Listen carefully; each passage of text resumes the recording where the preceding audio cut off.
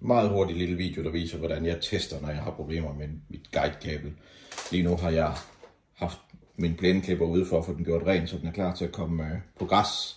Og så har jeg lige fået min ladestation tilbage for reparation, fordi den grønne diode var gået i stykker, så når det var sådan alt var okay, så lyste den ikke. Og det fandt jeg ud af, fordi jeg lavede et kabel som det her, som egentlig bare simulerer et perfekt guidekabel ude i græsplænen. Det tager 2 minutter at lave.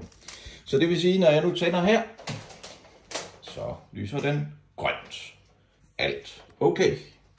Når det så er sådan, at jeg trækker stikket ud af midten, altså guidekablet, så blinker den sådan gullig blink for at fortælle dig, dit midterste guidekabel driller. Når jeg så sætter den i igen, undskyld det ryster lidt, så lyser vi grønt.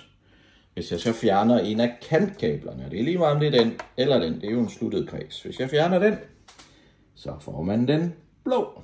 Ens betyder det med, ud og søge langs kantkablet. Og ja, jeg ved sgu ikke, om jeg behøver at sige det, men hvis jeg sætter den til igen, så stopper den. Jeg har sparet lang tid på at fejlsøge ved at lave det her dumme kabel, så man kunne jo starte der, og så er det jo ellers bare at give den gas.